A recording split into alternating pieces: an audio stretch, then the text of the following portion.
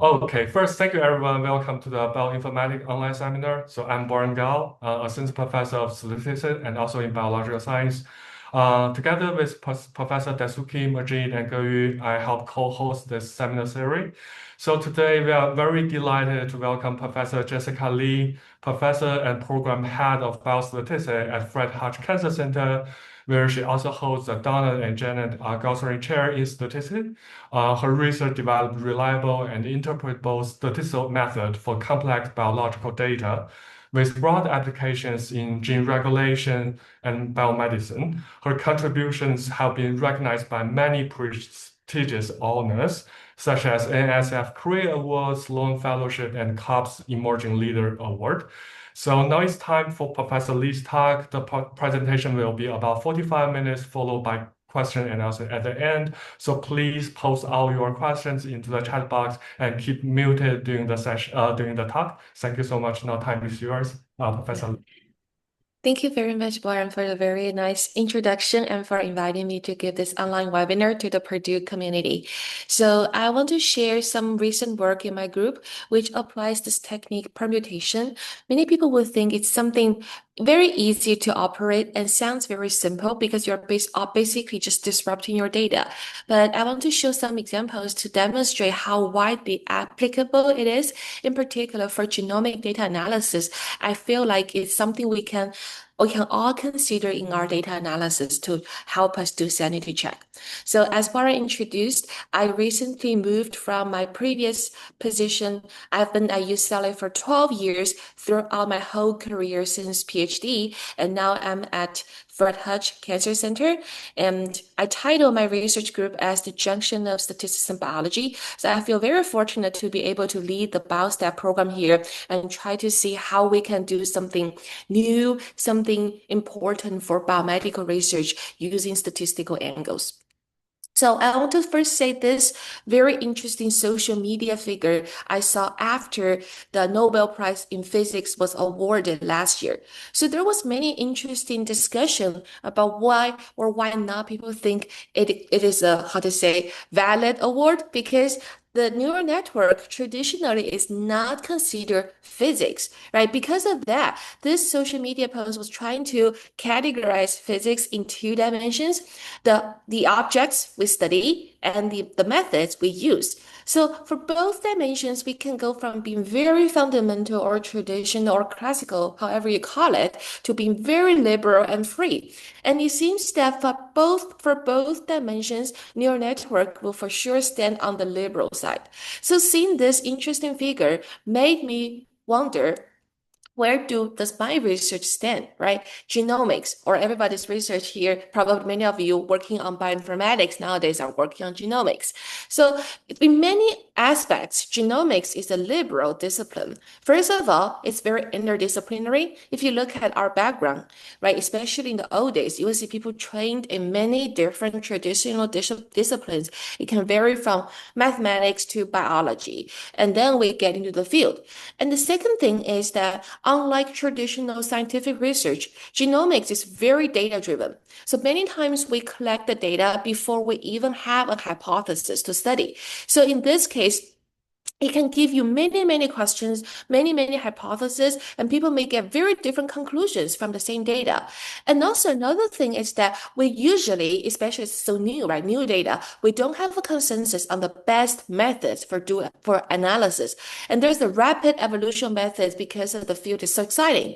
And as a result, we have flexible analytical approaches. So people can choose different methods to assemble a pipeline. As a result, even though we have the same scientific question or hypothesis, we may still end up getting very different results. So you can just do single cell. I can use single cell field as an example. So this is a website that tracks single cell analysis tools, and you can see a sharp rise of the number of tools in recent years. So given so many tools, as a user, it's impossible to keep track of all of them. And how would you choose a tool for your data analysis? Unfortunately, we go with simplicity or we go with popularity because that is a safer choice, right? So for users, it's totally understandable that if they go with popular pipelines for their data analysis, so it can be more standardized. And so given the factors 3 and 4. However, if you are or I am a method developer, then we definitely want our method to be used. So in the face of so many methods, how can we ensure that our methods are relevant after publication? I think that is a big challenge to all of us. So on the other hand, statistics seems to be quite the opposite. So let me just say, what is statistics and why does it still matter now? Especially, I just said, genomics is so liberal, right? And statistics seems to be on the other side that we are much slower as a field. The publication takes longer, even though the field has become bigger, more researchers, more methods. But compared to genomics, it's still a much more traditional field. And why do we need statistics still? I think it is because we still want to achieve rigor in data analysis. So going back to the origin of statistics, this is one of the most famous statistical methods in history, right? Two-sample t-test.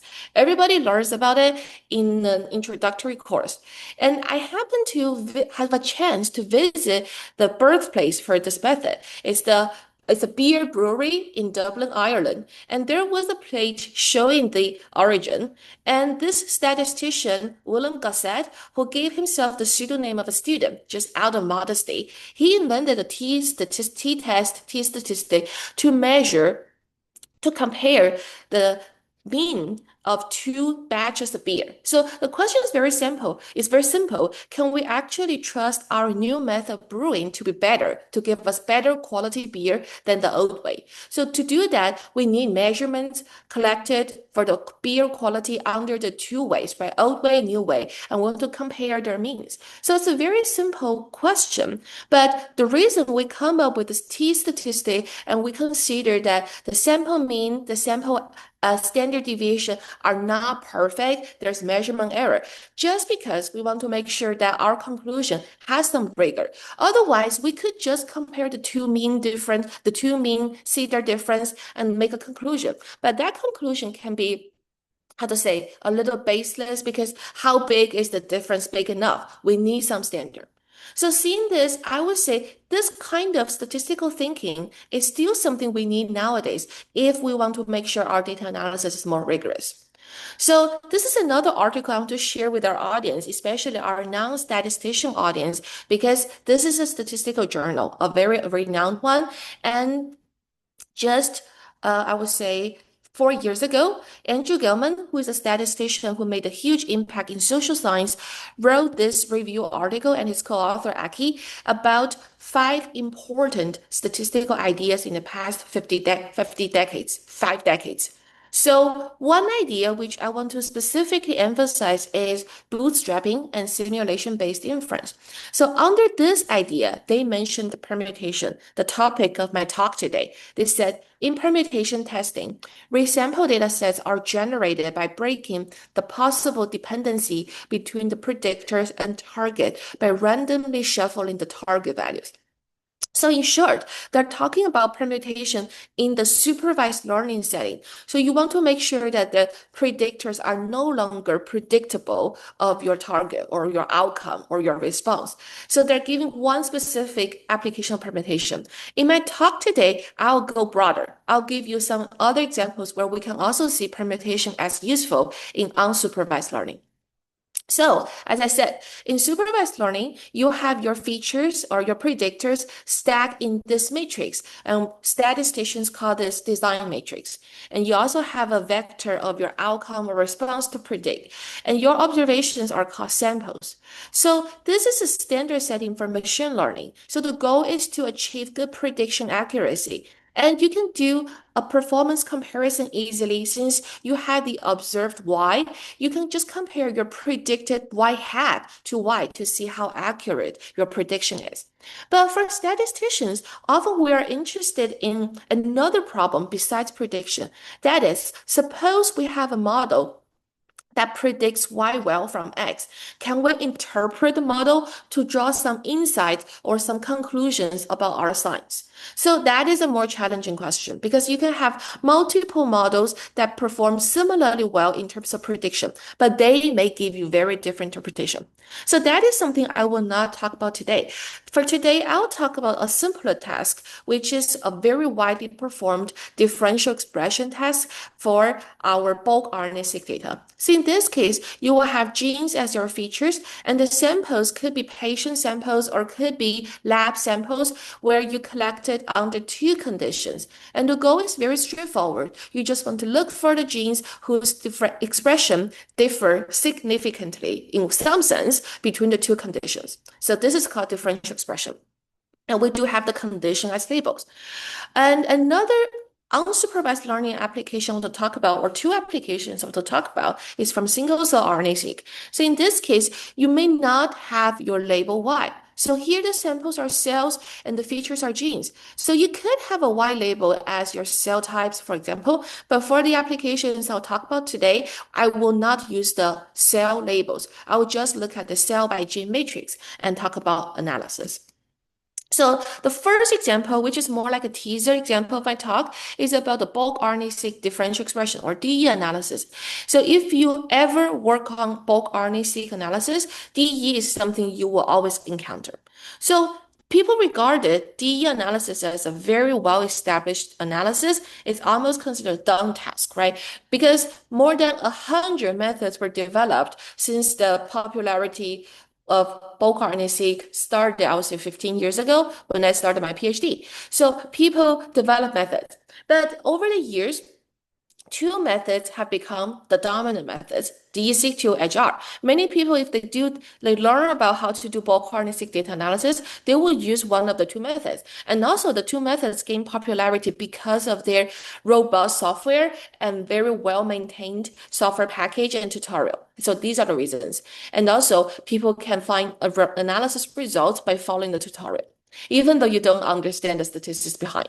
So one paper I co-authored with Dr. Wei Li and his former postdoc Yu Mei, who is now in Suzhou University as a PI in China, and my former student Xinzhou, who is now Oregon State, is that we had this coincidence finding of just on one data set, finding that if you apply popular DE method without sanity check, you may have exaggerated false positives that you don't know. And this finding was by analyzing human population samples. So in short, here the data set were collected from patient samples, 51 patients before immunotherapy, 58 patients on immunotherapy from the Cell paper, and we have the bulk RNA-seq data from patient blood. So the finding was very, I would say, by coincidence. So we first noticed that by applying the two popular methods, as everybody else would do, to the data set, DE-seq2 and HR reported different numbers of differential expressed genes between the two conditions. And DE-seq2 found less than HR did. So looking at the overlap, the first thing that surprised us was that the overlap was not so big.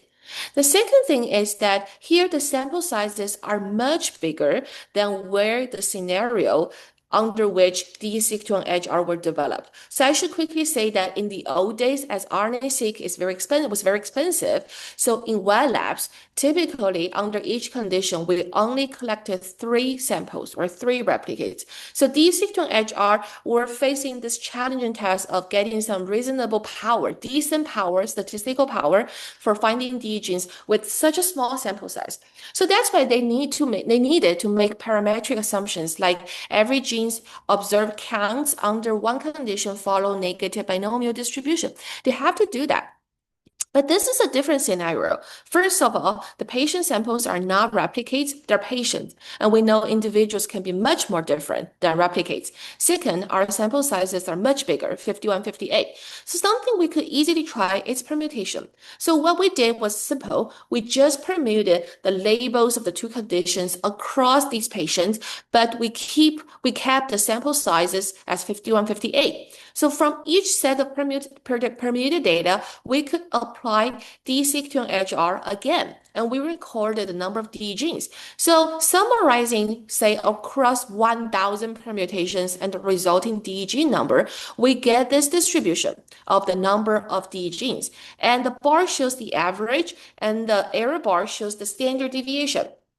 So something which really surprised us was that from many permuted data sets, the two methods could find more, even much more DE genes than they did from the original data. So this will definitely raise a question. How could so many DE genes be discovered from permuted data, which are not supposed to have any DE signals?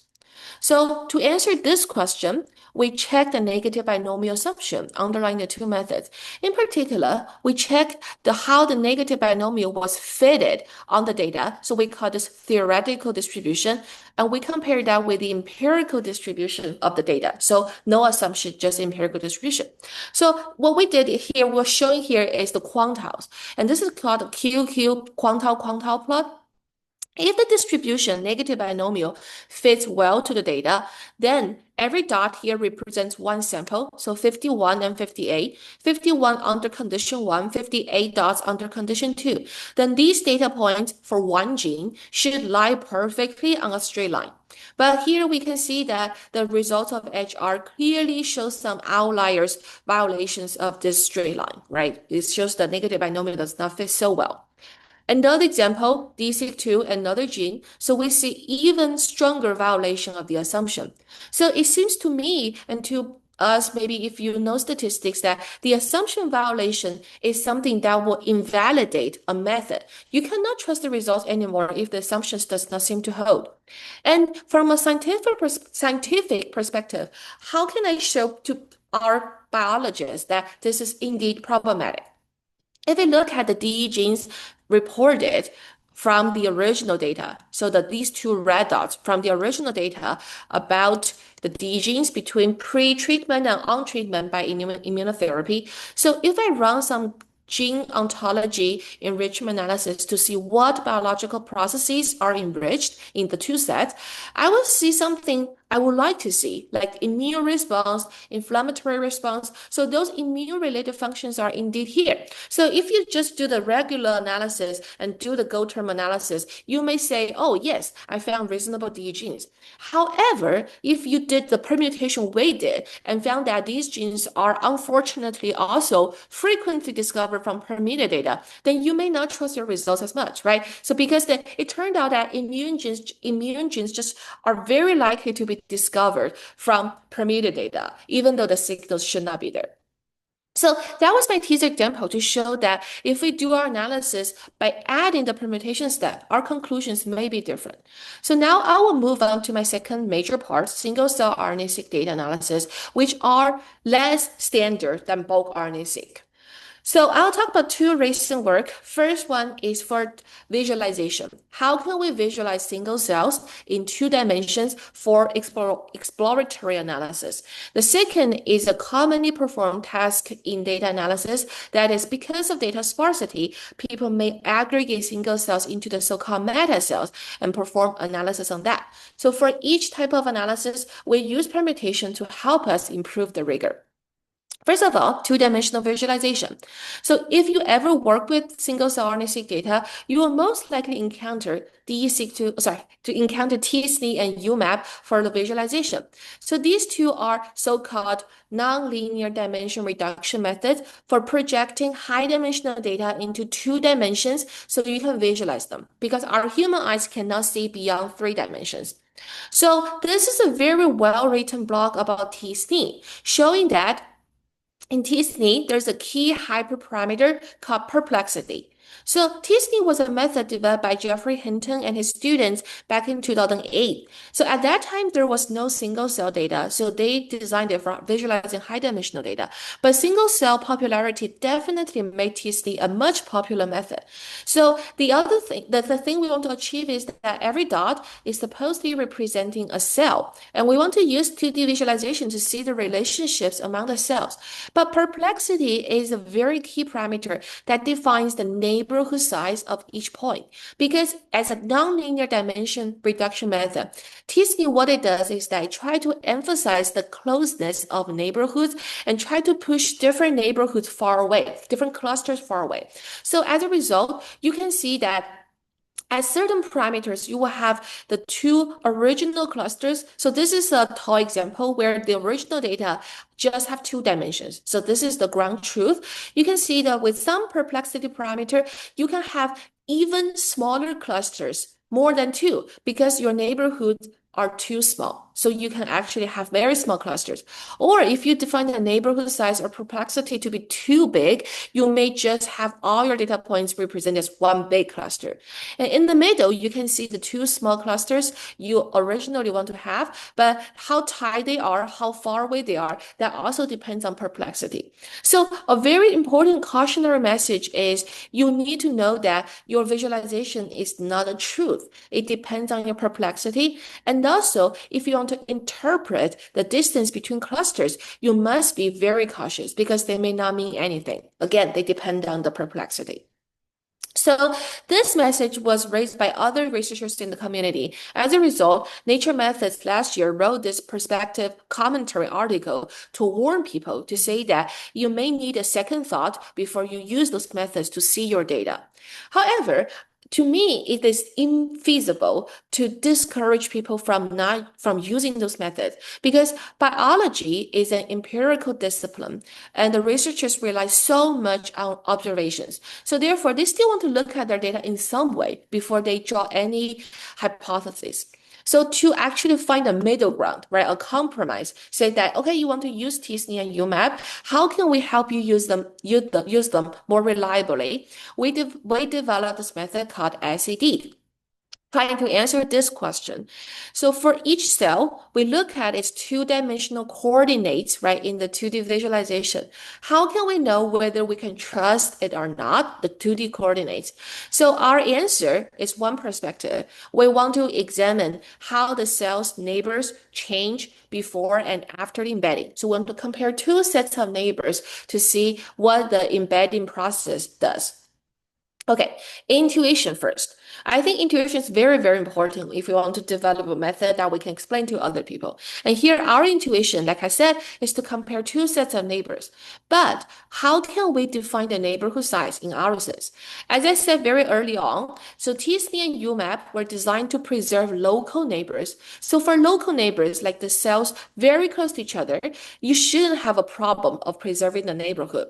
But the problem regarding the between cluster distance is that you're not restricting yourselves to the immediate neighbors, maybe some mid-range neighbors, right? So they are not so far away, but not so close. So to capture that, we define our neighborhood size to be half of all cells. So hopefully we can better preserve the mid-range relationships, distances.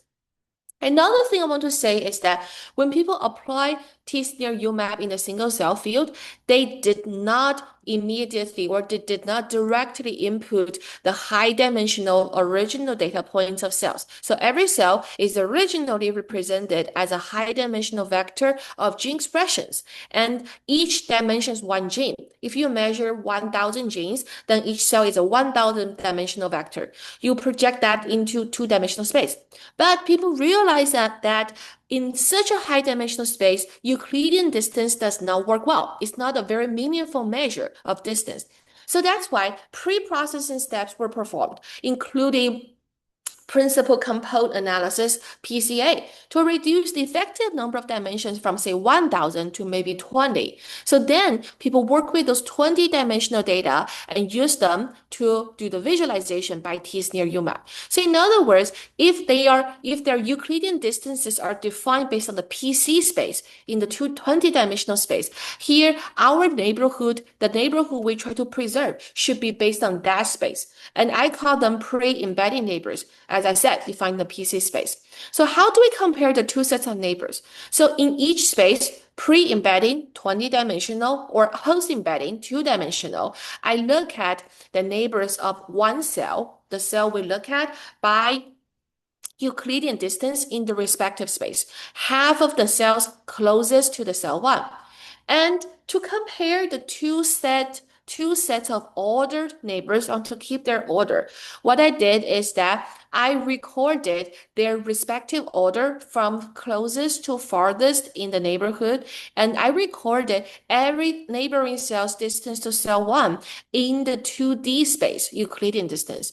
The reason is that the Euclidean distance in the 2D space is what our eyes see. So I'm comparing two sets of Euclidean distances, both in the 2D space, and their difference is just in the way that the neighbors are ordered, and the orders depend on the respective space.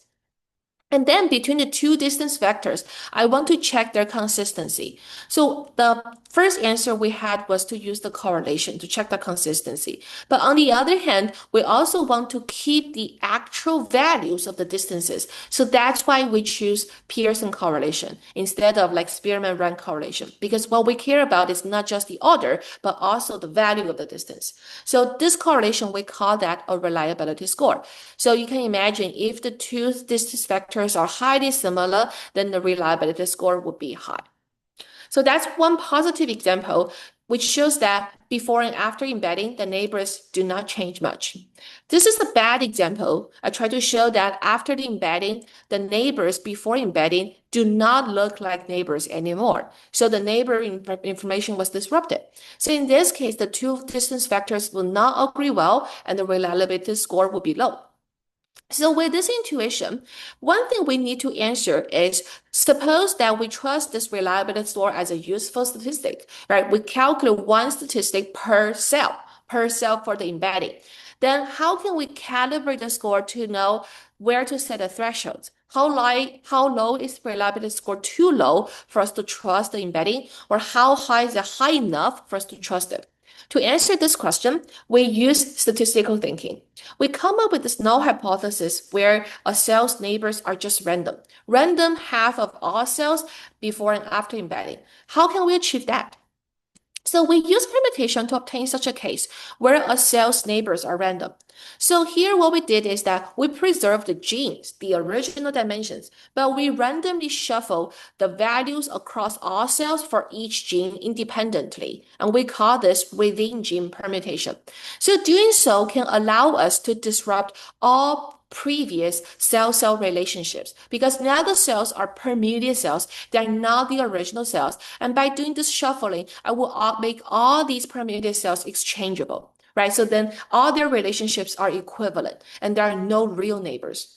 So what do we preserve? Every gene's distribution. What do we disrupt? Gene-gene correlations, because we do the permutation independently, and also cell-cell relationships. So on each permuted cell, I can trust if I can apply my reliability score to do the calculation. Then every permuted cell has one score. Pulling them together, I get a distribution. And this is actually a null distribution of reliability scores because all the cells after permutation were not meaningful neighbors. So using the null distribution, I can easily set thresholds. For example, I can say that, okay, a real cell's embedding is trustworthy only if its score is much higher than the null scores. So I call the right tail, maybe the 5% following the convention, as the trustworthy embeddings. On the other end, if my real cell's embedding has a score that is even lower than the majority of reliability scores, it's too bad, right? For the lower end, I will call the embedding dubious. Then I should not trust it at all. So you can see here, the two tails are defined based on the null distribution.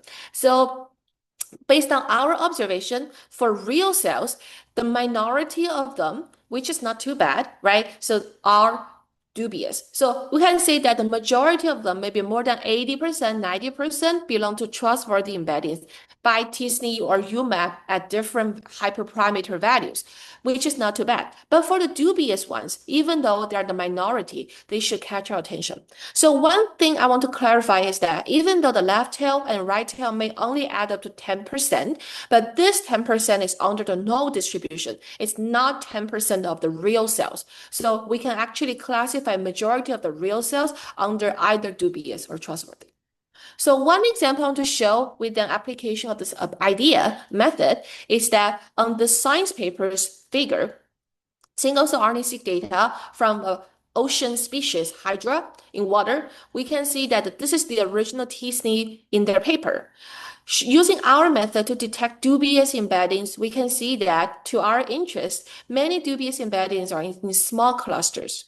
And in fact, if we look at the original annotation of those small clusters in t-SNE, so many of them were actually labeled with numbers, say neuron endoderm 2, neuron ectoderm 5. So the numbers means that the authors see them as separate clusters in t-SNE, but biologically, they are actually very similar to other clusters with the same label but different numbers. So their sparse separation in the t-SNE plot does not seem natural or does not seem reasonable. And what we are providing is that, yes, you may actually doubt your t-SNE plot. Maybe these clusters shouldn't be here. Their positions are questionable. Another function which I think is very useful is to let people optimize perplexity by minimizing the dubious embeddings we detected. So you can see that same figure, original plot. Here we focus on these clusters labeled as 3 cell types. So the orange one in the middle, the big one, is stem cells, and then neuron ectoderm cells are scattered. So if you look at the figure, you may think the 3 small clusters are equally different from the orange cluster, and the 3 clusters are different themselves. But using our optimized perplexity, you have a very different visualization. So the 3 small clusters are unified down here, far away from the orange cluster. So this shows something more consistent with the biology. That is, the stem cells are indeed very different from these differentiated neuron ectoderm cells. And besides, these neural ectoderm cells are quite similar themselves. They shouldn't be presented in this very separate way.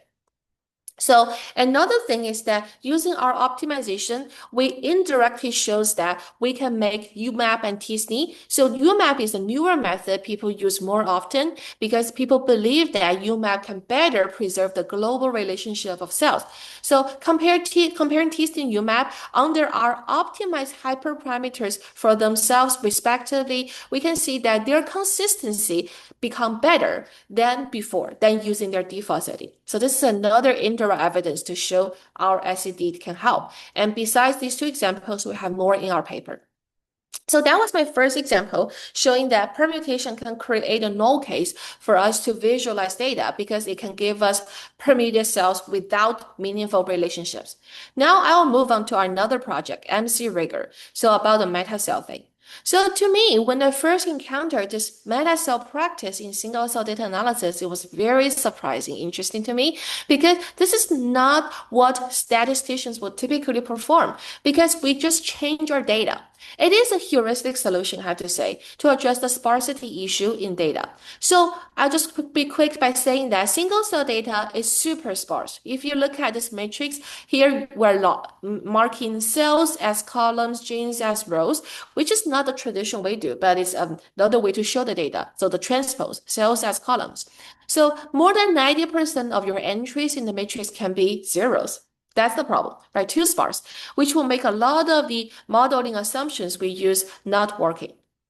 So in the early days, in 2018, my group published a paper called SE-Impute, where we design an imputation method to address the zero issue.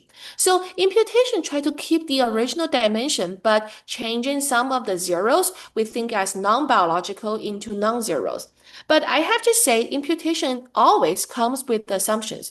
Since you cannot gain non-zeros for free, you're making assumptions to smooth out your data by making zeros, changing zeros into non-zeros. So the price you pay is assumption. And as many imputation methods were developed, different assumptions can give you different imputed data. And also how much you can correct for the imputation bias, that's another question.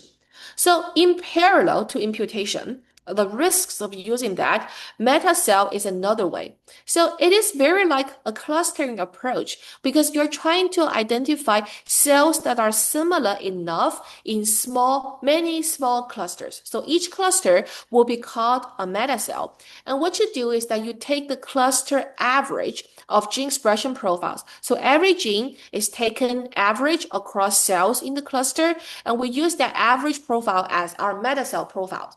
So this, you can imagine, after this, the zero proportion will significantly reduce, since if a gene has a non-zero in any of those cells in one cluster, then the cluster average profile will be non-zero.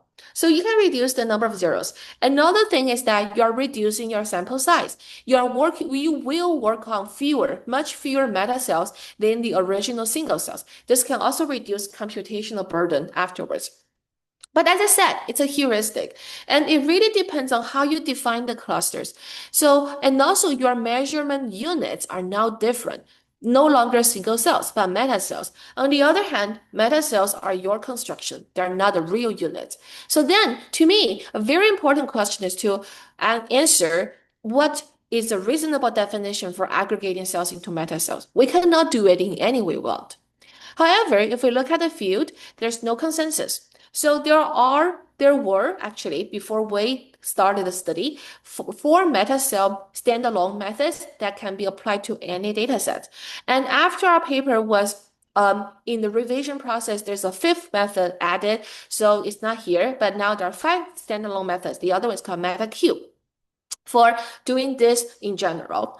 But if we look at some of the high-profile papers, say Nature Cancer, so they have meta cell construction in their data analysis, but it was done in a very, specific way. Each per paper may have their own way of defining meta cells. They didn't use the general method, but they did in their own way. So in short, no consensus on how to define meta cells and how the analysis can be reliable.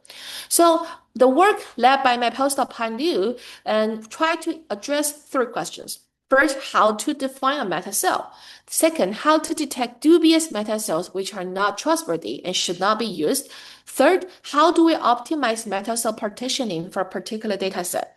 So this paper was first accepted at the RICOM conference this year, and it's now in press at Nature Communications. So, meta cell definition. To answer this question, we first go back to the first meta cell method, meta cell, and this is a sentence we quoted: a homogeneous collection of single cell profiles that could have been resampled from the same original cell. How do we translate this language into statistical language? So we interpret it as the variation within a meta cell is attributed exclusively to measurement error, not biological differences. So to have a reasonable model to define this definition, we resorted back to this paper by Matthew Stephens, who is a very renowned statistician in genetics. So this was the paper he wrote about single-cell RNA-seq modeling. He proposed this 2-layer model to separate measurement differences, measurement noise, from expression differences. So the expression model is the model for biological variability. So it's a distribution for true expression levels of genes in cells. And the measurement model on top of that will model how our observed data are distributed given true expression levels. So this is a very high level abstraction of the model. So suppose we have cells I from 1 to N, our genes, for example, features are genes J from 1 to P. Then the expression model is a multivariate model for cell I's true expression level with all genes following some unknown distribution. And the measurement model is that given cell I gene J's true expression level, how our observed count is distributed. So one thing I want to say here is that since gene expression measured by sequencing, next generation sequencing, does not preserve the absolute expression levels in the biology, because sequencing is a sampling experiment. So what we can hopefully preserve is the relative abundance of genes in cells. So this lambda I is the gene expression proportion vector in the ground truth, and lambda ij is the true proportion.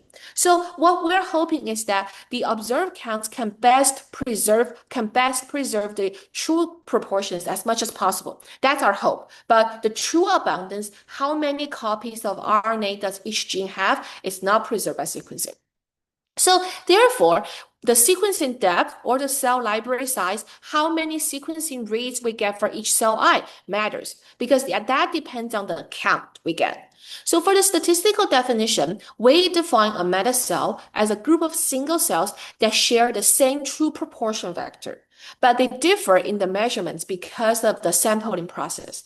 So if the single cells within a metacell satisfy this definition, we will call the metacell trustworthy. Otherwise, we will call the metacell dubious. So in other words, we'll do a check for each metacell one by one, and we turn this into a statistical problem. So this is one figure from this review paper on metacells to show the danger of having dubious metacells in analysis. So sparsity is most burdensome for doing, say, variable or gene-gene correlation or co-expression analysis, because you may see gene 1 or gene A or gene B have too many zeros, but these zeros could just be technical artifacts, and that will actually mask true gene-gene relationships. And if you include metacells, yes, the zeros will be much fewer. But if a dubious metacell contains cells of different types here, and it can actually bias your gene-gene correlation analysis by making you feel there is a positive correlation, but that could be just an artifact. So, therefore, we hope that our method can help people identify dubious metacells so they know that you shouldn't include them in your analysis. They're dangerous. And also, we hope to, as SE did, to nominate the best performing metacell method and optimize its hyperparameter for a specific dataset. So, two goals here. So our intuition here is if you trust the two-layer model I just introduced, then the gene-gene correlations should be very minimal, because the gene-gene correlation here introduced by the measurement model is specific to each gene in each cell. Even though all the genes, because of this multinomial type of sampling, will have some small correlation due to their dependence in the assignment, but it should be minimal. So therefore, our hypothesis is that if the cells share the same lambda, their differences are only due to the measurement model, we should expect minimum gene-gene correlation. So if we look at the gene-gene correlation matrix within a metacell, the trustworthy case should be like this. There are some small correlations, but they shouldn't have any meaningful patterns. However, if the metacell is dubious, containing cells from different biological states that have different lambdas, then these lambdas will drive some strong gene-gene correlations, and you may have the correlations in a block pattern. So that's our intuition. So then we need a statistic to describe this correlation pattern-free correlation. And we also need to provide some null distribution for us to calibrate the statistic. So that is the basic idea. So I want to say that in high-dimensional statistics, there were a few work trying to test whether the correlation matrix is close to a diagonal pattern.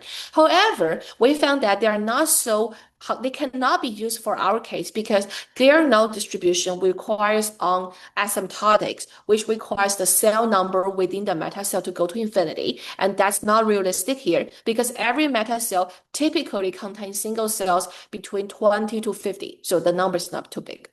So another thing I want to say is that we want to preserve the cell library sizes because that's a key factor in our measurement model, cell library size assigned to different genes. So how can we have a null distribution with that preserved? So to do that, we think about permutation. The first thing, we go back to the within gene permutation we use in SAD. So here, yes, genes are uncorrelated because you do permutation independently across for each gene. But the permuted cells do not preserve the library sizes of the original cells at all. You lose that information. So how can we get that back? So Pan was very smart in coming up with this idea. So first of all, we found that within gene permutation is not okay. So we think about the other way, within cell permutation. So how about we just shuffle the gene values within each cell? Then naturally we'll preserve every cell's library size, right? But here, the genes are no longer the original genes. They are the permuted genes.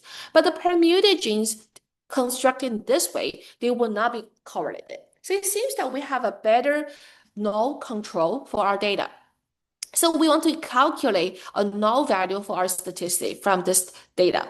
However, realizing that the genes and the permuted genes are not the same set of features, we need some normalization. because they're different. So the normalization will actually be based on within gene permutation. So we actually permuted within the gene for each matrix so that we can get a case where the genes are indeed uncorrelated, but they are the same genes. So from each set, we can get a normalization factor for our statistic. So in this lower right end, you can see that we're essentially doing double permutation. First within cell, then within gene. So that's why it's getting complicated, more complicated than before. So I'll just be quick given the time constraint by saying that the statistic we constructed has two parts. A numerator, which measures the frobenius distance between the gene-gene correlation matrix and the identity matrix, which is diagonal, divided by a normalization factor, the same frobenius difference, but with the gene-gene correlation matrix constructed after within gene permutation. So the same statistic will be calculated on the within cell permuted data as the null, since we preserve the cell library size, but we remove the correlations. So we'll do this calculation for each meta cell. So this is by looking at all the meta cells together. One thing I want to emphasize is very interesting and useful for me is that for both SED and MC Rigor, we only need to do permutation once. The reason is that the statistic we look at for SED is one statistic per cell. Here is one statistic per meta cell. So even with just one permutation, we only get one null value for each statistic, but we can pool them together across cells or across meta cells to give us distribution. And here, we're pooling all the null values across meta cells into this null distribution. And we realize that the null distribution depends on the meta cell size. So how many single cells are included in each meta cell? Because the meta cells are not equal sized. So therefore, we can find a meta cell size specific threshold based on the null value, and we again follow the convention to set 95th quantile. Use this threshold, we apply that to the MCDIV, the divergence, MCDIV statistics on the original meta cells. So if the MCDIV are values larger than the threshold, we flag the meta cells as dubious. So that's the idea.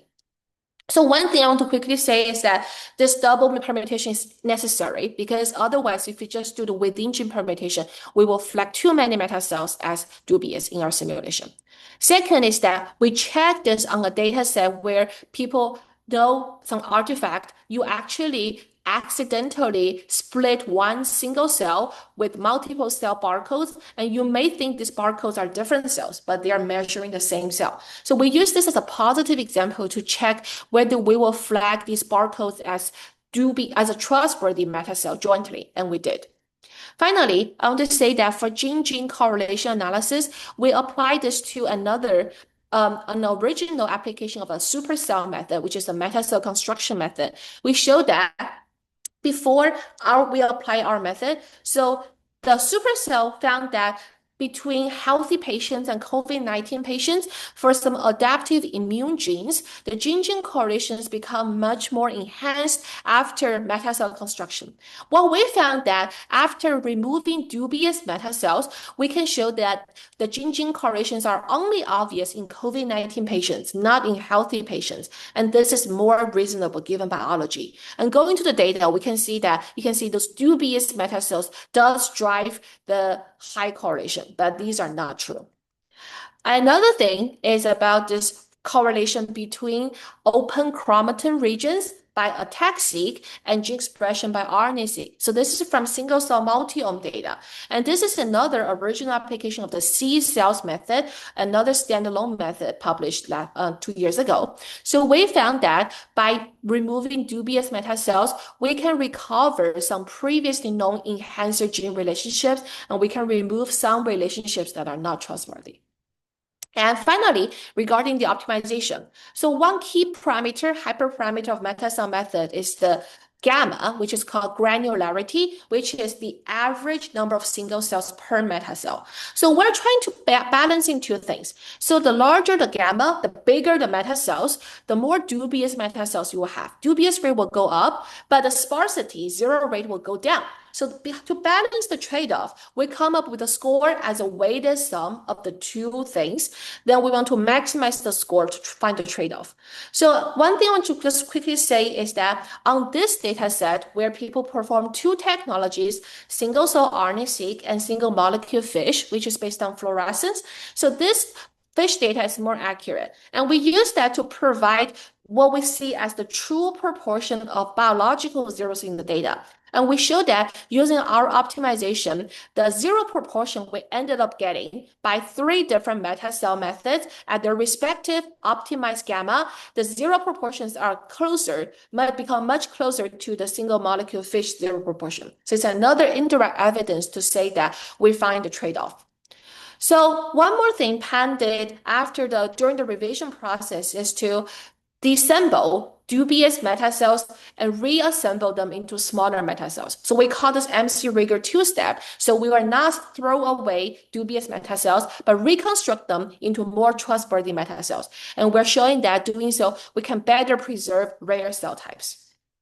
So to summarize, I talk about many things in my talk today, starting from the bulk DE analysis to single cell analysis, for which I talk about visualization and metacell, and we talk about 2 ways to do the permutation, just within gene to disrupt cell-cell relationships, or we want to preserve cell library sizes, so that's why we do the double permutation.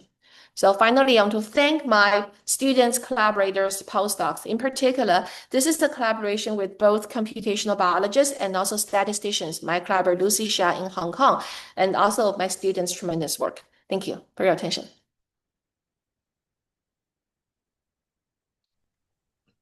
Okay, thank you very much, Yeah. Jingyi or Jessica. So Thank you. all right, so we have around 10 minutes for questions. Sure.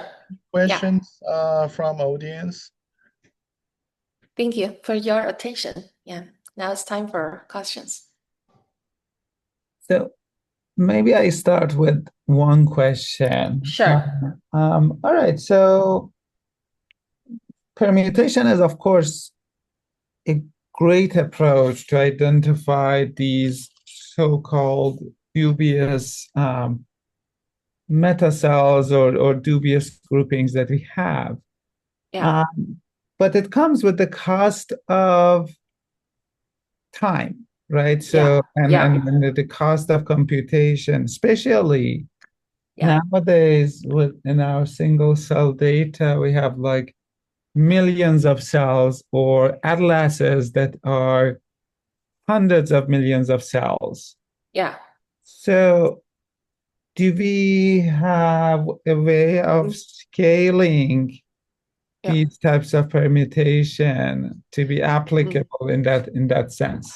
Okay, that's the very good question. Thank you for the question. That's the reason why I was emphasizing that we only did the permutation once. So that's why compared to the meta-cell partitioning, the step, the time of meta-cell construction by another method, it could be like meta-cell or supercell or C cells.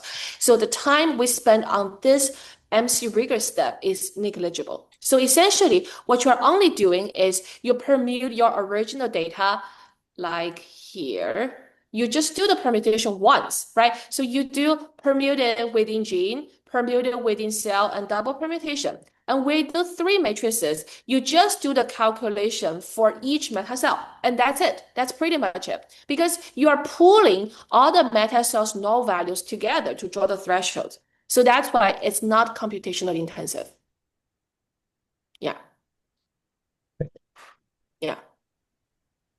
I have a question. So thank you, Dr. Lee, for a very complete and nice presentation. So my question is also regarding the permutation. We know that those single cell data and bulk cell data, they often have some covariates in the experiment design. So is there a way for this kind of permutation to take those covariates into account? Very good question. Yeah, I agree. So essentially, what we actually recommend is that if your single cell data have some covariates, especially if the covariate is like cell type or batch, So it depends on whether your downstream analysis will try to say if cell type is the thing you want to recover using meta cells, then probably you want to do meta cell construction without using the cell type information. You just start with all single cells.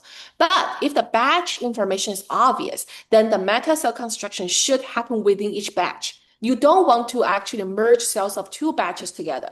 And regarding your question about permutation, yes, if you know the covariates are something you want to be conditional for sure, then your permutation should be conditional. You should perform conditional permutation instead of like shuffling everything. Yeah, thank you. And I have to say this conditional thinking is one of the most important statistical thinking I think people should have. Yeah, whether you look at things marginally or conditionally.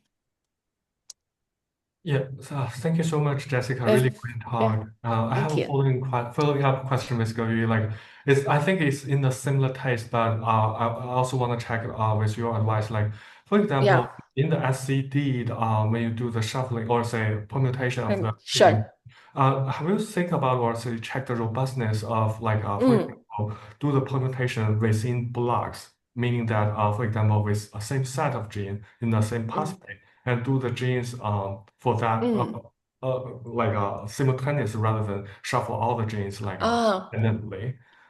Okay, very good comment and very interesting idea.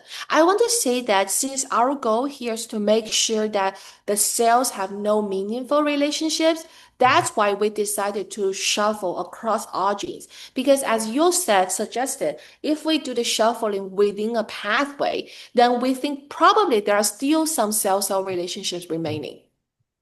Yeah.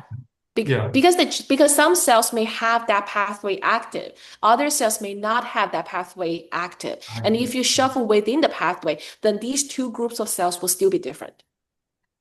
Yeah, and that information can potentially contribute to the clustering in the next step if we consider the cell type information is related to the pathways. Exactly. And in that sense, is it have you also considered like preserve, like for example, the library size or say, the distribution, the gene expression distribution for the cell in the SCD?